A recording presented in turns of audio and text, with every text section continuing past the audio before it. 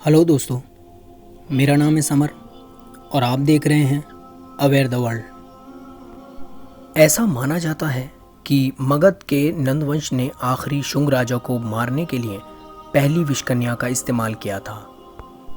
वैदिक लिटरेचर, लोक कहानियों और इतिहास में हमेशा से ही विषकन्याओं का जिक्र मिलता है।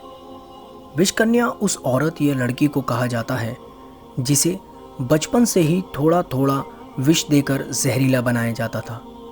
प्राचीन साहित्य की माने तो पुराने वक्त में विष कन्याएं जासूसी का काम करती थीं। उस वक्त में राजा महाराजाओं के पास विष कन्याएं हुआ करती थीं और इनका काम सबसे खतरनाक दुश्मनों को मारना या फिर उनसे कोई राज निकलवाना होता था।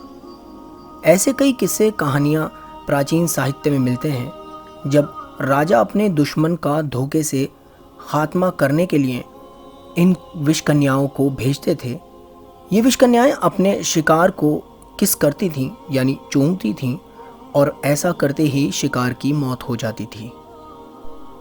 विषकन्याओं के लिए खूबसूरत होना पहली शर्त थी, यानी ऐसी लड़कियों को विषकन्याओं के लिए चुना जाता था जो बेपनाह खूबसूरती की मालिक होती थी। ये वो लड़कियां होती थीं जो राजाओं की नाजायज़ औलादें होती थीं, जैसे दासियों के मेल से आई औलादें या फिर अनाथ या गरीब बच्चियां। इन्हें राजमहल में ही रखकर खान पान का ध्यान रखा जाता और कुछ दिनों के बाद इन्हें जहरीला बनाने की प्रक्रिया शुरू होती। इन विषकन्याओं को बचपन से ही थोड़ी थोड़ी मात्रा में अलग अलग जहर देकर बड़ा किया जाता था। यह जहर खाने में मिला होता था और धीरे धीरे जहर की मात्रा बढ़ाई जाती थी। इस प्रक्रिया में ज़्यादातर लड़कियां तो मर जाया करती थीं या कुछ अपाहिज हो जाती थीं, और जो लड़कियां सही सलामत बचतीं उन्हें और घातक बनाया जाता था। उन्हें जहरीले पेड़ों और जहरीले जानवरों के साथ रखकर उनका आदी किया जाता था।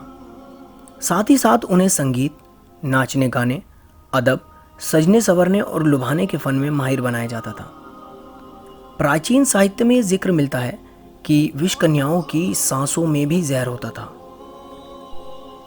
ऐसे भी कुछ हवाले मिलते हैं कि कई बार विषकन्याएं दुश्मन को जहरीली शराब पिलाकर भी मार देती थीं।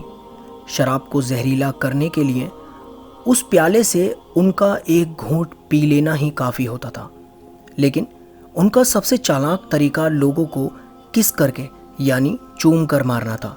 कहा जाता है कि मगध के राजा नंद के मंत्री अमात्य राक्षस ने चंद्रगुप्त मौर्य को मारने के लिए एक विषकन्या को भेजा था, लेकिन इस साजिश के बारे में चाणक्य को शक हो गया था और उन्होंने चंद्रगुप्त मौर्य को बचा लिया था और विषकन्या के जरिए एक गलत आदमी मार दिया गया था जिसका नाम प्रवर्तक था। हिंदू धर्म ग्रंथ कल्कि पुराण में भी चित्रग्रीवा नाम के एक गंधर्व की पत्नी सुलोचना का भी जिक्र मिलता है, जो विषकन्या थी। विषकन्याओं के जिस्म में बीमारियों से लड़ने की ताकत आम इंसानों के मुकाबले ज़्यादा होती थी। वो सिर्फ अपनी मौत के वक्त ही थोड़ी बीमार पड़ती थी। इनके जहर की वजह से ही इन्हें बीमारियां या इन्फेक्शन नहीं होते थे।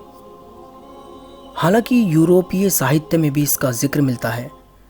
धीरे धीरे जहर देकर जहर के लिए प्रतिरोधक क्षमता तैयार करने के वाक़ये का जिक्र यूरोपीय लिटरेचर में भी मिलता है। इस प्रक्रिया को मिथ्रिडेटिज्म कहा जाता है। ऐसा इसलिए क्योंकि ईसा से करीब एक शताब्दी पहले पॉन्ड्स एम्पायर, नॉर्थ अनातोलिया के राजा मिथ्रिडेट्स 6 के भी इस तरीके को इस्तेमाल करने के किस्से मिलते हैं। हनी ट्रैप को विषकन्या का ही आधुनिक टर्म माना जाता है। ये माना जाता है कि आधुनिक वक्त में, यानी आज के वक्त में, खूबसूरत औरतों का इस्तेमाल जासूसी दुनिया में बखूबी किया जाता है।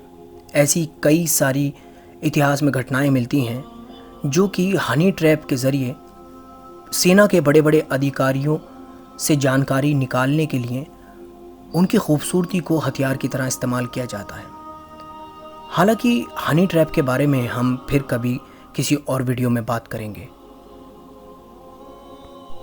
वीडियो पसंद आने की सूरत में चैनल को लाइक, शेयर और सब्सक्राइब करना ना भूलें। शुक्रिया।